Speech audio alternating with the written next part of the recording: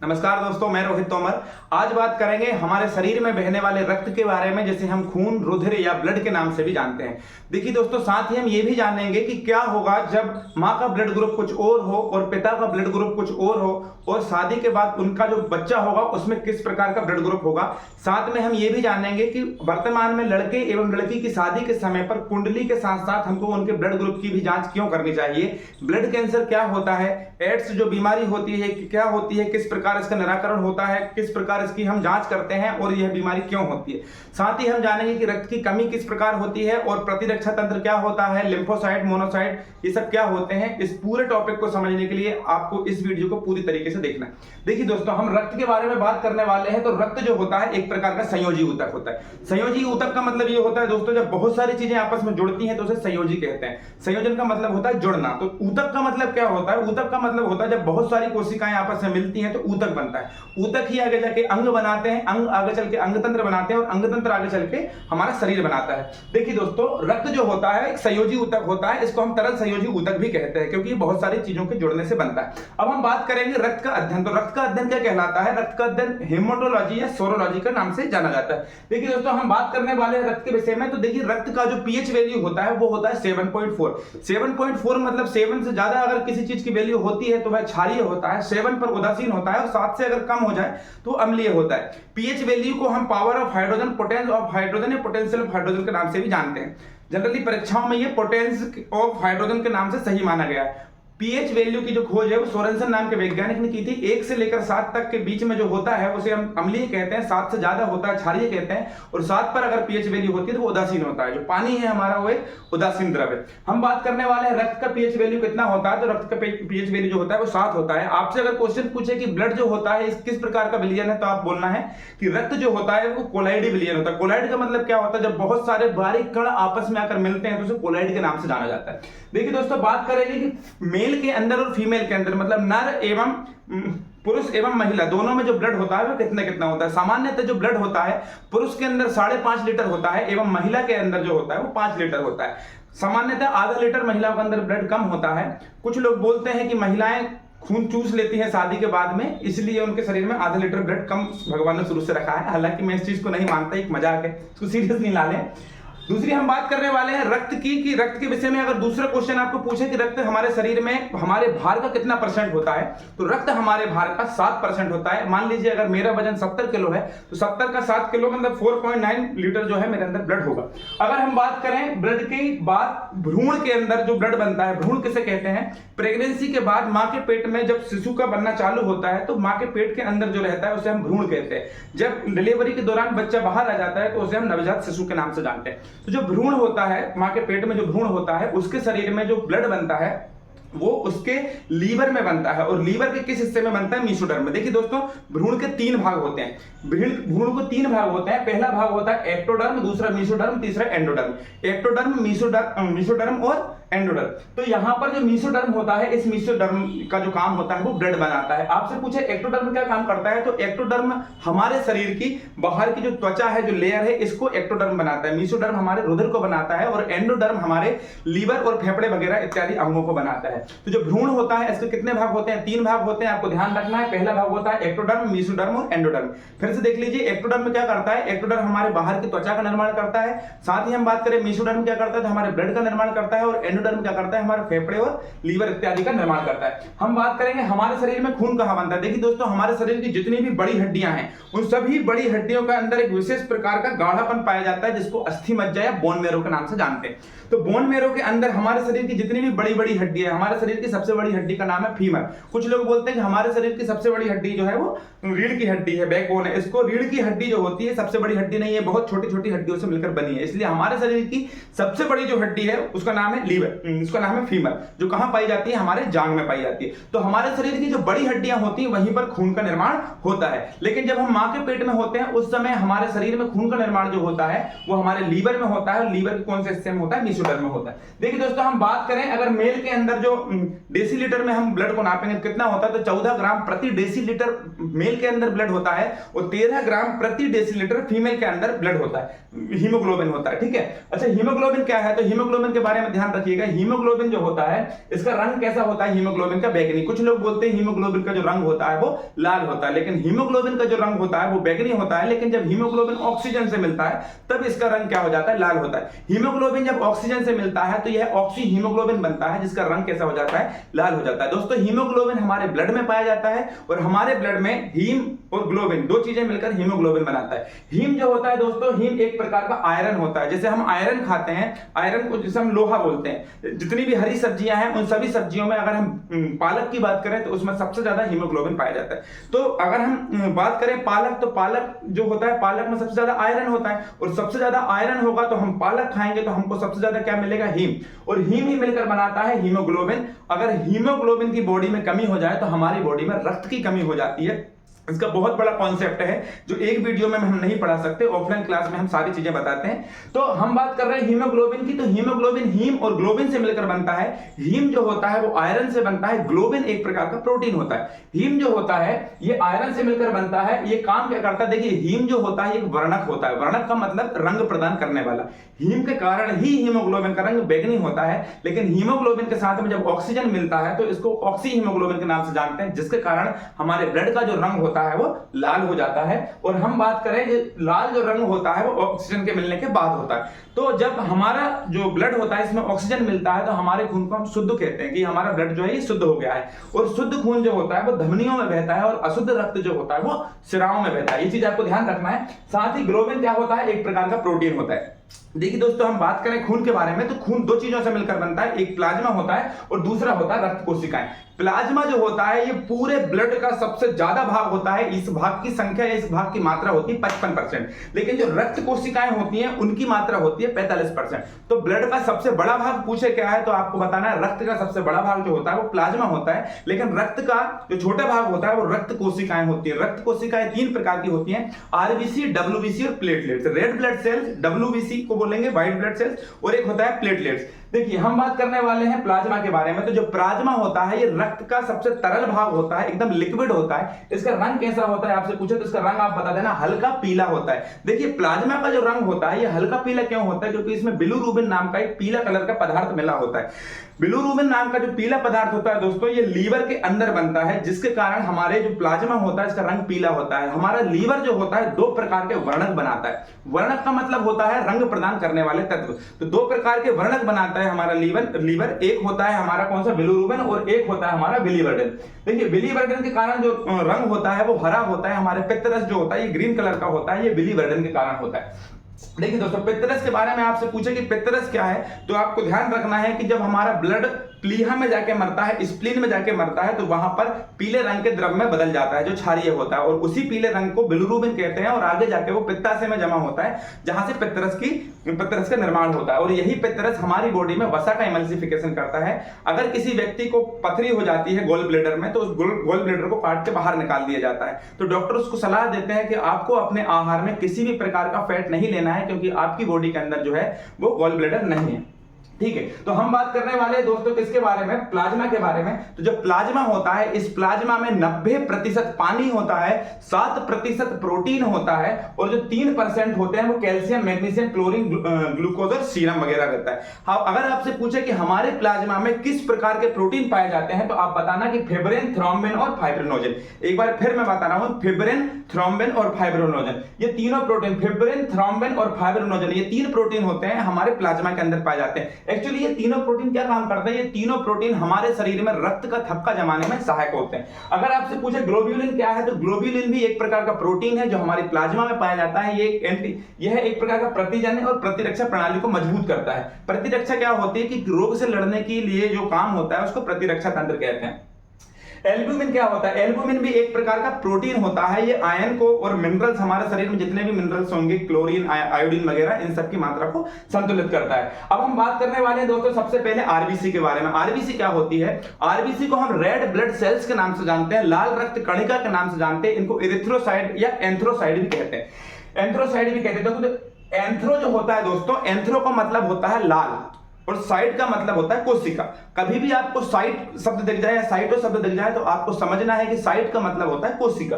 तो लाल रक्त कोशिका, इसको हम हिंदी में बोल सकते हैं, इंग्लिश में इरिथ्रोसाइट या रेड ब्लड सेल्स हम बोल सकते हैं।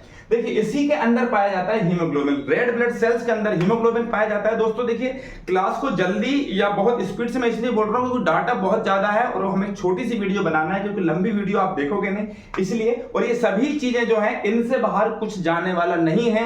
आप किसी यूट्यूब से कहीं से भी मैच कर लीजिए, किसी पुस्तक से मैच कर लीजिए, हम जो कंटेंट आपको प्रोवाइड करते हैं ये कंटेंट बहुत शानदार होता है और इस कंटेंट से ज्यादा कहीं मिलता भी नहीं है, साथ में इससे बाहर पेपर में जाता भी नहीं है। और यही कारण है कि ज्योतिर्मय के स्टूडेंट सबसे ज्यादा सिलेक्शन लेते हैं।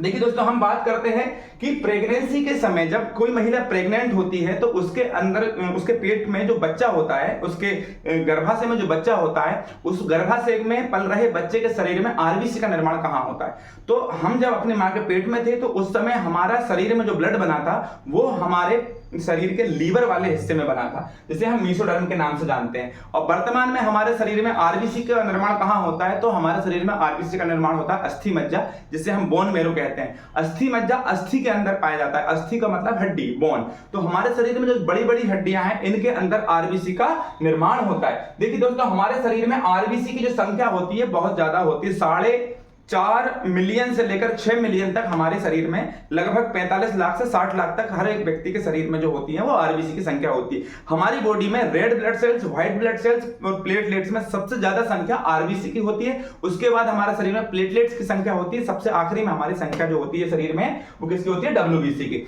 अगर आपसे पूछे कि मनुष्य के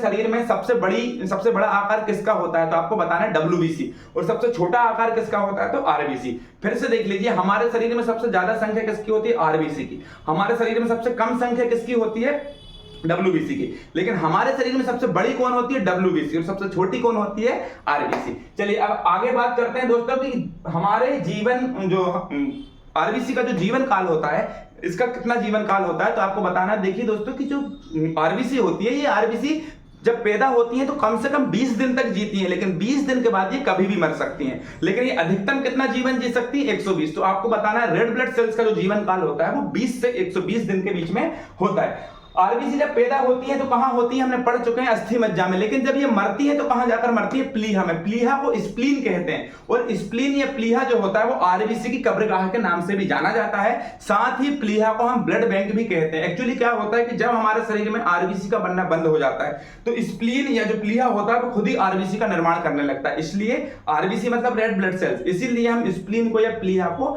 ब्लड बैंक के नाम से जानते हैं। चलिए दोस्तों हम आगे बात करेंगे कि किन जीवों के शरीर में जो आरबीसी होती है उनमें केंद्रक पाया जाता है। देखो दोस्तों हमारे शरीर में जितनी भी आरबीसी हैं, रेड ब्लड सेल्स, इनमें केंद्रक नहीं है, न्यूक्लियस नहीं है। अब केंद्रक क्या होता है, किसी भी कोशिका के बीच वाले हिस्से में केंद्रक होता है, और केंद्रक ही कोशिका का दिमाग कहलाता है, जिसकी खोज रॉबर्ट ब्राउन ने की थी और कोशिका की खोज रॉबर्ट हुक ने की थी।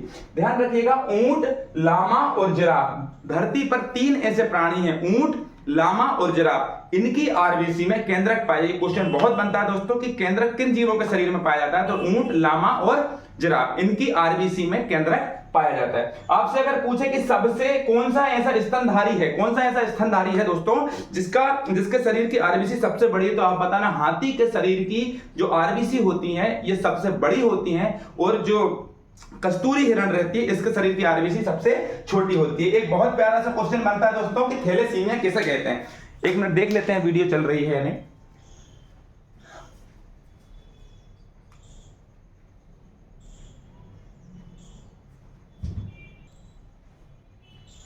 देखिए थैलेसीमिया क्या होता है, थैलेसीमिया एक ऐसा रोग है दोस्तों कि किसी व्यक्ति के शरीर में अगर ब्लड ना बने, यदि किसी व्यक्ति के शरीर में रक्त नहीं बनता है तो वहां पर उसे जो बीमारी बनती है उसे हम थैलेसीमिया कहते हैं। तो आरबीसी का ना बनना कौन सी बीमारी कहलाता है, थैलेसीमिया। और अगर आपसे पूछे कि मनुष्य के शरीर में अगर आरबीसी की मात्रा कम हो जाए तो इसे एनीमिया कहते हैं। जो हमने हीमोग्लोबिन पढ़ा था, इस हीमोग्लोबिन के बारे में अगर हम बात करें कि हीमोग्लोबिन क्या काम करता है, हीमोग्लोबिन हमारे शरीर में बहुत आवश्यक होता है। अगर हीमोग्लोबिन की कमी हो जाए तो हमको एनीमिया, रक्ताल्पता, रक्त क्षीणता नाम के रोग हो जाते हैं। इसका शुद्ध मतलब है रक्त की कमी। हीमोग्लोबिन क्या होता है, हीमोग्लोबिन आयरन से बनता है। आयरन जो होता है इसे लोहा बोलते हैं, ये पालक में सबसे ज्यादा पाया जाता है। तो जिस व्यक्ति को रक्त की कमी हो जाती है उस व्यक्ति को ज्यादा से ज्यादा मात्रा में क्या खाना चाहिए, पालक खाना चाहिए, क्योंकि इसमें आयरन होता है और आयरन ही हीमोग्लोबिन बनाता है, और हीमोग्लोबिन नहीं होगा तो रक्त की कमी हो जाएगी। आगे हम बात करते हैं दोस्तों कि जो आरबीसी होती है जो आरबीसी होती है काम क्या करती है, तो ध्यान रखिएगा हमारे शरीर में ऑक्सीजन और कार्बन डाइऑक्साइड का जो ट्रांसपोर्टेशन का काम होता है ये कौन करती है, हमारे शरीर में आरबीसी। आगे अगर हम बात करें दोस्तों कि कार्बन मोनोऑक्साइड के साथ अगर कोई व्यक्ति सांस लेते समय कार्बन मोनोऑक्साइड को ग्रहण कर लेता है तब क्या होगा, तो आपको बताना है दोस्तों कि कार्बन मोनोऑक्साइड जो होती है अगर किसी व्यक्ति के शरीर में जाती है तो उसके शरीर की आरबीसी के हीमोग्लोबिन से मिल जाती है, और जब कार्बन मोनोऑक्साइड हीमोग्लोबिन से मिलती है तो बनता है कार्बोक्सी हीमोग्लोबिन, जिसके कारण व्यक्ति की मौत हो जाती है।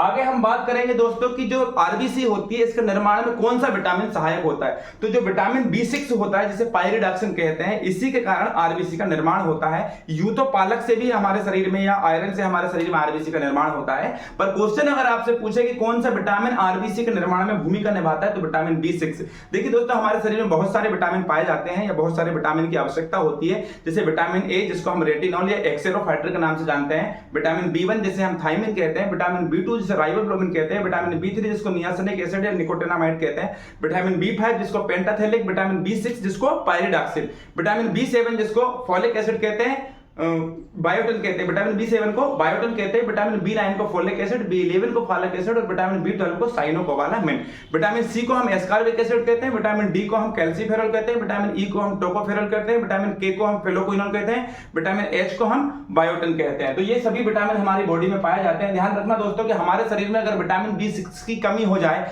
तो कौन सा रोग हो जाएगा, तो ध्यान रखिएगा हमको माइल्ड एनीमिया हो जाएगा। लेकिन ध्यान रखिएगा हमारे शरीर में विटामिन B6 की मात्रा ज्यादा हो जाए तब क्या होगा, हमारे शरीर में पॉलीसाइथीमिया नाम का रोग हो जाएगा। इस रोग में क्या होता है कि किसी भी व्यक्ति के शरीर में काले काले गहरे धब्बे बन जाते हैं पॉलीसाइथीमिया नाम के रोग में। याद रखना एक बहुत बेहतरीन क्वेश्चन बनता है कि यदि किसी व्यक्ति के शरीर में आरबीसी का अगर किसी व्यक्ति को ऊपर ले जाया जाए, अगर किसी व्यक्ति को पहाड़ पर ले जाया जाए, पृथ्वी की सतह से ऊपर ले जाए तो क्या हो जाएगा, तो उस व्यक्ति के शरीर की जो आरबीसी है इनकी जो आकार होता है ये बढ़ जाएगा। तो ऊंचाई पर जाने पर आरबीसी का जो आकार होता है मेरे भाई ये बढ़ जाता है, ये बात आपको ध्यान रखना है।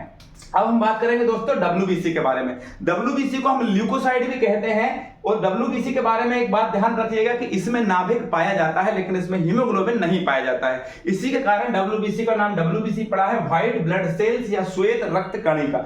श्वेत रक्त कणिका इसको हम इसलिए कहते हैं दोस्तों कि श्वेत रक्त कणिका सफेद कलर की होती है, रेड कलर की नहीं होती, लाल कलर की नहीं होती है, क्योंकि इसमें हीमोग्लोबिन नहीं पाया जाता है। इसको ल्यूकोसाइट नाम से भी जानते हैं और इसमें हीमोग्लोबिन नहीं पाया जाएगा। याद रखिए इसमें न्यूक्लियस होता है, इसमें नाभिक होता है, इसलिए जो WBC होती है, इसलिए जो WBC होती है प्लीहा के पास जाके नहीं मरती, ये कहां पर मरती है, रक्त में ही मर जाती है, क्योंकि इनके अंदर नाभिक होता है। नाभिक होगा तो लाइसोसोम भी होगा और लाइसोसोम अपनी ही कोशिका को मार देता है, इसलिए लाइसोसोम को आत्महत्या की थैली कहते हैं। लाइसोसोम की खोज डी डुवे ने की थी और लाइसोसोम ही आत्महत्या की थैली कहलाता है। याद रखिएगा लाइसोसोम में बहुत सारे हाइड्रोलिटिक एंजाइम होते हैं, हमारी लार में भी लाइसो एंजाइम पाए जाते हैं।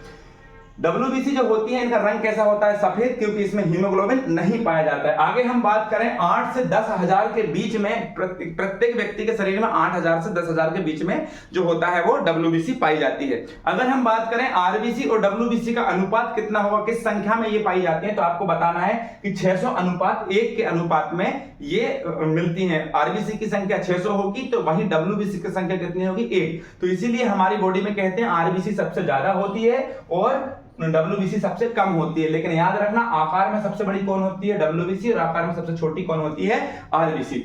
आगे हम बात करेंगे इनका जीवन काल कितना होता है, 2 से 4 दिन इनका जीवन काल होता है। और याद रखिएगा इनमें केंद्रक पाया जाता है। इनका जो मृत्यु होती है जब WBC मरती है तो RBC कहां जाके मरती है दोस्तों, RBC जाके मरती है प्लीहा में, इसीलिए प्लीहा को RBC की कब्रगाह कहते हैं। लेकिन WBC अस्थि मज्जा में पैदा होती है और ब्लड में ही मर जाती है, ये कहीं पर जाकर नहीं मरती। और WBC का आकार पूछे दोस्तों तो आपको बताना WBC का जो आकार होता है वो अमीबा के जैसा होता है। एक बात ध्यान से सुन लीजिए कि WBC जो होती है वो 2 प्रकार की होती है, एक तो ग्रेन्युलोसाइट और एग्रोन्युलोसाइट। तो जो ग्रेन्युलोसाइट होती है उनमें ये 3 प्रकार होते हैं और जो एग्रेन्युलोसाइट होती है इसके 2 प्रकार होते हैं। देखिए दोस्तों बेसोफिल्स, न्यूट्रोफिल्स, इस्नोफिल्स, ये 3 प्रकार की WBC होती हैं। ये क्वेश्चन बहुत ज्यादा आते हैं, ध्यान से सुन लीजिएगा। हमारे शरीर में सबसे कम किस प्रकार की WBC पाई जाती है, तो सबसे कम पाई जाती है हमारे शरीर में बेसोफिल्स, और सबसे ज्यादा कौन सी पाई जाती है, तो न्यूट्रोफिल्स। ध्यान रखिएगा बेसोफिल्स ऐसी WBC जो सबसे कम पाई जाती है और न्यूट्रोफिल्स ऐसी WBC है जो सबसे ज्यादा पाई जाती है। बेसोफिल्स क्या काम करती है, बेसोफिल्स हमारी बॉडी में एलर्जी को कंट्रोल करती है। कुछ लोगों को आपने देखा होगा जैसे कि किसी दूसरे माहौल में जाते हैं, धूप में चले जाते हैं, धूल मिट्टी में चले जाते हैं तो उनको एलर्जी हो जाती है। इट मींस उनकी बॉडी में किस चीज की कमी है, उनकी बॉडी में किसकी कमी है, बेसोफिल्स की कमी है। साथ ही बेसोफिल्स जो होती है ये थक्का जमाने में सहायता प्रदान करती है। आपने कभी भी देखा होगा किसी व्यक्ति को अगर जोर से थप्पड़ मार देते तो उसका पूरा गाल जो होता है वो लाल हो जाता है, तो ये वहां पर क्लॉट जम जाता है, इतने में ही ब्लड का क्लॉट जम जाता है। और ये काम प्रमुख किसका होता है, बेसोफिल्स का। ये थक्का जमाने का काम करती है। थक्का जमाने का काम नहीं करती, थक्का जमने में सहायक होती है। थक्का जमाने का सबसे ज्यादा काम जो करती है वो प्लेटलेट्स करती है, विटामिन के और कैल्शियम के साथ में। अगर हम बात करें दोस्तों कि जो बेसोफिल्स होती है और क्या करती है, तो मनुष्य के शरीर में जो सूजन आती है वो बेसोफिल्स के कारण आती है। हम बात करेंगे न्यूट्रोफिल्स क्या होती है, तो न्यूट्रोफिल्स की मात्रा हमारी बॉडी में कम होती है और ये जीवाणु को हमारे शरीर में प्रवेश करने से रोकती है। इस्नोफिल्स क्या होता है दोस्तों, देखो इस्नोफिल्स क्या होता है, जब बेसोफिल्स खत्म हो जाती है तब इस्नोफिल्स का काम चालू हो जाता है। देखिए दोस्तों लिम्फोसाइट क्या होता है, तो लिम्फोसाइट सबसे छोटी डब्ल्यूबीसी होती है। सबसे ज्यादा कौन सी डब्ल्यूबीसी होती है, ध्यान रखना दोस्तों, सबसे ज्यादा होती है न्यूट्रोफिल्स, सबसे कम कौन होती है, बेसोफिल्स, सबसे बड़ी कौन होती है, लिम्फोसाइट, सबसे बड़ी कौन होती है, मोनोसाइट, और सबसे छोटी कौन सी होती है, लिम्फोसाइट। फिर से एक बार मैं आपको बता रहा हूं, सबसे छोटी जो डब्ल्यूबीसी होती है वो लिम्फोसाइट होती है, सबसे बड़ी मोनोसाइट होती है, लेकिन सबसे ज्यादा न्यूट्रोफिल्स होती है, सबसे कम बेसोफिल्स होती है। ये चीजें ध्यान रखना, बहुत ज्यादा क्वेश्चन आता है। और अगर हम बात करें कि सबसे छोटी डब्ल्यूबीसी कौन है, तो लिम्फोसाइट है। और लिम्फोसाइट का जो आकार होता है उसका आकार होता है टी, तो इसीलिए हम इसको टी लिम्फोसाइट के नाम से जानते हैं। और लिम्फोसाइट ही वो होती है जो हमारे शरीर में एंटीबॉडी का निर्माण करती है। कुल मिलाकर लिम्फोसाइट ही हमारी बॉडी की लिम्फोसाइट ही हमारी बॉडी का जो है एंटीबॉडी है। ठीक है, हमारी बॉडी की एंटीबॉडी कौन है, लिम्फोसाइट। याद रखना, ये प्रतिरक्षा तंत्र को मजबूत करती है, रोगों से लड़ती है, वायरस को मारती है। हमारी बॉडी में कोई दूसरे प्रकार का वायरस, जीवाणु, विषाणु आता है तो उनको मारने का काम कौन करती है दोस्तों, लिम्फोसाइट। अगर हम बात करने वाले हैं दोस्तों एड्स के विषय में, तो एड्स एक ऐसी बीमारी होती है, जैसे मान लीजिए किसी व्यक्ति को अगर एड्स है, तो अगर उस व्यक्ति का रक्त लेकर, जिस व्यक्ति को एड्स की बीमारी है उसका ब्लड लेकर किसी अच्छे व्यक्ति के ब्लड में डाल दिया जाए, या किसी अच्छे व्यक्ति के शरीर में इसके ब्लड को डाल दिया जाए, तो उसको एड्स नाम की बीमारी हो जाएगी। साथ में एड्स बीमारी, जैसे मान के चलिए, अगर जैसे शेविंग कराते समय जो बाल काटने वाले होते हैं वो उस तरह का जो ब्लेड होती है उसे चेंज नहीं करते हैं, और वही ब्लेड उस व्यक्ति के शरीर पर चला देते हैं जिस व्यक्ति के शरीर में एड्स था, तो उस एड्स वाले व्यक्ति का रोग जो होता है, जो अच्छा व्यक्ति होता है उसके शरीर में प्रवेश कर जाता है। साथ में इंजेक्शन लगाते समय जो डॉक्टर रहते हैं वो अपनी सुई को इसलिए बदल देते हैं ताकि हो सकता है कि जिसको पहले इंजेक्शन लगाया हो उसे ये बीमारी हो, तो दूसरे व्यक्ति के शरीर में इंजेक्शन लगाते समय सुई को बदला जाता है। तो एड्स नाम की बीमारी जो होती है ये हमारे शरीर में हमारे लिम्फोसाइट को खत्म कर देती है। इसमें क्या होता है कि अगर हमें गलती से कोई बीमारी हो गई तो हमारी बीमारी लंबे समय तक ठीक नहीं होती, क्योंकि हमारे शरीर का जो प्रतिरक्षा तंत्र होता है वो पूरी तरीके से मर जाता है। एड्स नाम की जो बीमारी होती है दोस्तों ये पूरी तरीके से हमारे प्रतिरक्षा तंत्र को मार देती है। एड्स का full form acquired immunodeficiency syndrome होता है, जो रेट्रोवायरस या एचआईवी वायरस से होता है। आपसे एचआईवी का फुल फॉर्म पूछे तो ह्यूमन इम्यूनो वायरस इसके कारण होता है, इसका पूरा नाम होता है। मोनोसाइट जो होती है सबसे बड़ी जो होती है वो डब्ल्यूबीसी होती है। आगे हम बात करें दोस्तों, देखिए क्या होता है कि जब हमारी बॉडी में डब्ल्यूबीसी की मात्रा बहुत ज्यादा बढ़ जाए तो कौन सा रोग हो जाएगा, तो याद रखिए डब्ल्यूबीसी की मात्रा बहुत ज्यादा बढ़ जाए तो हमारे शरीर में ल्यूकेमिया नाम का रोग हो जाता है, और ल्यूकेमिया को ही ब्लड कैंसर कहते हैं। तो किसी भी व्यक्ति के शरीर में जब डब्ल्यूबीसी की मात्रा बढ़ती है तो उसे ब्लड कैंसर का नाम दिया जाता है। और याद रखिए इसका जो जीवन काल होता है वो 2 से 4 दिन का होता है। अब हम बात करने वाले दोस्तों प्लेटलेट्स। प्लेटलेट्स जो होती है ये हमारे शरीर में रक्त का थक्का जमाने में सहायता करती है। और प्लेटलेट्स को दोस्तों ध्यान रखना बिंबाणु कहते हैं, थ्रोम्बोसाइट कहते हैं। और प्लेटलेट्स जो है सभी प्रकार के जीवों में पाई जाती है। प्लेटलेट्स हमारी बॉडी में रक्त का थक्का जमाती है। हमने 3 चीजें पढ़ी, आरबीसी, डब्ल्यूबीसी, प्लेटलेट्स। तो जो प्लेटलेट्स होती है दोस्तों ये हमारी बॉडी में रक्त का थक्का जमाने में सहायता करते हैं। याद रखिएगा रक्त का थक्का कैसे जमता है, हमारे शरीर में जो विटामिन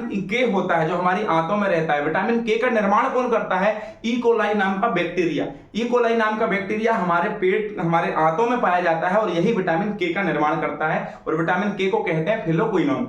तो विटामिन के जो होता है मेरे भाई, ये विटामिन के क्या करता है, हमारी बॉडी में प्रोथाम्बिन नाम का प्रोटीन बना देता है। और जब हमारे शरीर को चोट लगती है तो हमारे शरीर में से ब्लड बाहर निकलता है, तो बहते हुए ब्लड जो होता है अपने आप 4 से 5 मिनट में रुक जाता है। तो जब हमारे शरीर का बहता हुआ ब्लड रुक जाता है तो मतलब ये होता है कि भाई साहब वहां पर ब्लड का जो क्लॉट है वो जम चुका है। तो रक्त का थक्का जो जमता है वो प्लेटलेट से कारण जमता है। इसमें कहानी क्या होती है कि हमारे शरीर में जो प्रोथाम्बिन नाम का प्रोटीन होता है जिसका निर्माण विटामिन के ने किया है, ये जाकर थ्राम्बिन बना लेता है। किसकी उपस्थिति में? कैल्शियम की उपस्थिति में। अब जब थ्राम्बिन होता है वो फाइब्रोनोजन के साथ मिलकर फिब्रिन में बदल जाता है, और जो फिब्रिन होता है वो हमारी आरबीसी से मिल जाता है, और क्या बन जाता है? हमारी बॉडी में रक्त का थक्का। एक बार फिर देख लीजिए दोस्तों कि हमारे शरीर में क्या होता है, विटामिन के जो होता है वो क्या बना देता है? प्रोथाम्बिन। प्रोथाम्बिन आगे जाके थ्राम्बिन में बदल जाता है कैल्शियम की उपस्थिति में, और जो कैल्शियम होता है इसी की उपस्थिति में फिब्रिन जो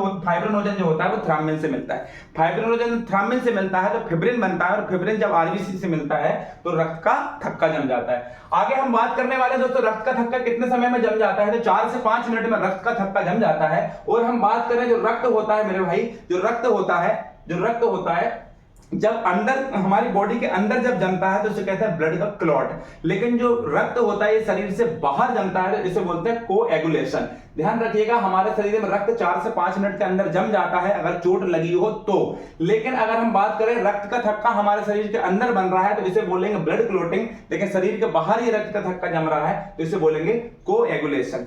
वीडियो चल रही है कि नहीं एक बार देख लेते हैं। चल रही। देखिए दोस्तों बात करेंगे हेपेरिन के बारे में। तो हेपेरिन क्या होता है, हमारे शरीर में जो हेपेरिन होता है वो हमारे लीवर के द्वारा बनाया जाता है। लीवर में जो लीवर होता है वो हेपेरिन का निर्माण करता है। हेपेरिन क्या करता है, हमारे शरीर के अंदर जो रक्त होता है उसे जमने से रोक देता है। हम बात करने वाले हैं ब्लड बैंक के अंदर जब खून को रखा जाता है, ब्लड बैंक के अंदर जब रक्त को रखा जाता है तो उसमें क्या क्या चीजें मिला दी जाती है। ध्यान रखिए दोस्तों, सोडियम ऑक्सलेट और कैल्शियम सिट्रेट उसमें मिलाया जाता है ताकि उसमें रक्त का थक्का न जमे। तो याद रखिएगा दोस्तों ब्लड बैंक के अंदर जब ब्लड को रखा जाता है तो उसमें कौन कौन सी चीजें मिलाई जाती हैं, तो सोडियम ऑक्सलेट एवं कैल्शियम सिट्रेट नाम की चीजें मिलाई जाती है।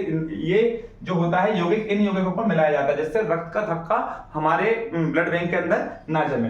देखिए दोस्तों रक्त का थक्का अगर नहीं जमे तो आपको बोलना है कौन सा रोग हो जाएगा। अगर किसी व्यक्ति को रक्त का थक्का नहीं जमता है तो उसको हीमोफीलिया नाम का रोग हो जाएगा। हीमोफीलिया नाम का जो रोग होता है दोस्तों ये बहुत खतरनाक होता है, इसमें रक्त का थक्का नहीं जमता है। इंग्लैंड की जो महारानी थी उसके पूरे खानदान में जो है वो ब्लड का रक्त का थक्का नहीं जमता था। रक्त का थक्का नहीं जमने को हीमोफीलिया रोग कहते हैं। तो इस हीमोफीलिया को हम शाही रोग के नाम से भी जानते हैं।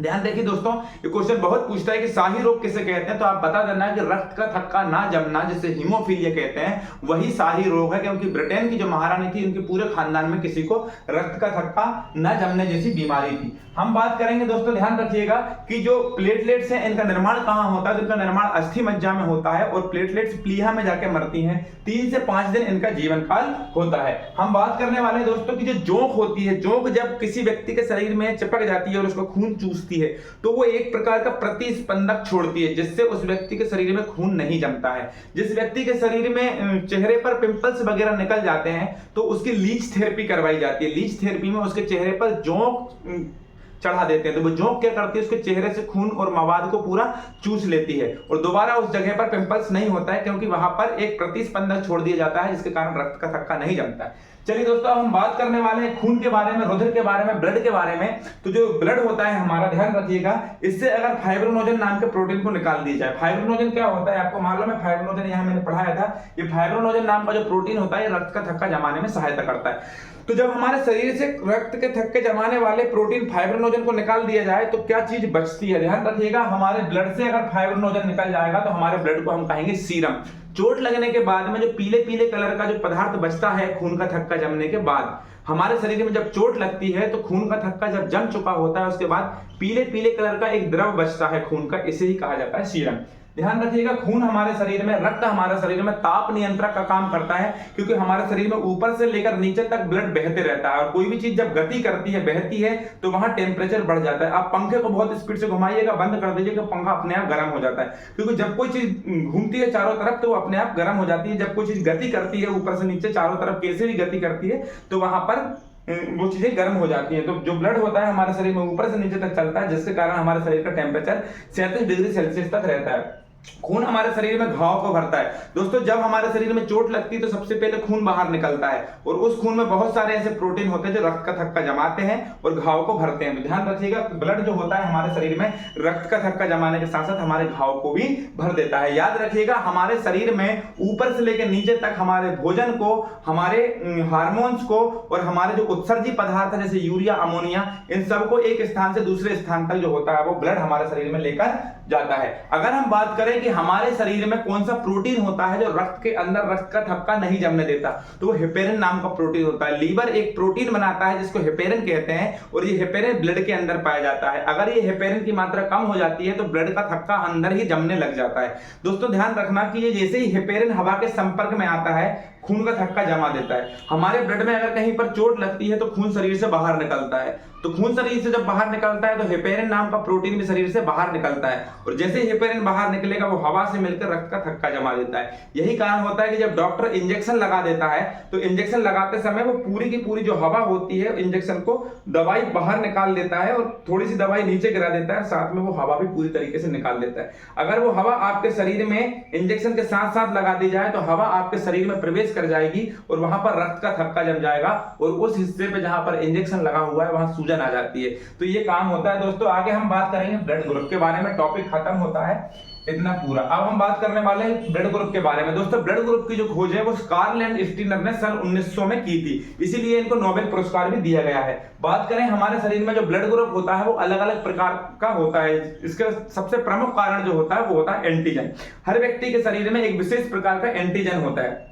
एंटीजन दो प्रकार का होता है, ए या बी, दो प्रकार का एंटीजन होता है, और प्रत्येक व्यक्ति के शरीर में लगभग अलग अलग प्रकार का एंटीजन जो होता है, किसी के शरीर में ए होता है, किसी के में बी होता है, और इसी एंटीजन के कारण किसी व्यक्ति का जो ब्लड ग्रुप होता है वो अलग अलग होता है। हम बात करने वाले हैं एंटीजन के बारे में। तो एंटीजन होता क्या है? देखिए दोस्तों, एंटीजन जो होता है एक प्रकार का प्रोटीन होता है। जिस समय हमारी तबीयत खराब होती है और हमको इंजेक्शन लगाया जाता है, वो दवाई नहीं होती, वो एंटीजन होता है, और ये एंटीजन अंदर जाके हमारी एंटीबॉडी से मिलता है, जिसके कारण दवाई बनती है और जो बीमारी होती है वो ठीक हो जाती है। एंटीजन नेचुरल भी हमारे शरीर में एंटीजन पाया जाता है। अगर हम बात करें बाहरी जीव हमारे शरीर में प्रवेश करते हैं, जैसे वायरस, बैक्टीरिया, इनको भी एंटीजन कहते हैं। जब इंजेक्शन हमारी बॉडी में लगाया जाता है तो वो दवाई नहीं होती है, वो एंटीजन ही होता है। वो है मृत वायरस होता है जो हमारी बॉडी में एंटीबॉडी से मिलकर दवाई बना लेता है और हमारे बीमारी को खत्म कर देता है। हम बात करने वाले हैं दोस्तों, देखिए एंटीजन और एंटीबॉडी मिलकर ही आपस में दवाई बनाती है। हमारी जो रक्त होता है, इस रक्त में प्लाज्मा होता है, और प्लाज्मा जो रहता है यहीं पर जो होता है मेरे भाई एंटीबॉडी का निर्माण होता है। एंटीबॉडी भी दो प्रकार की होती है, स्मॉल ए स्मॉल बी, और एंटीजन भी दो प्रकार का होता है, ए और बी।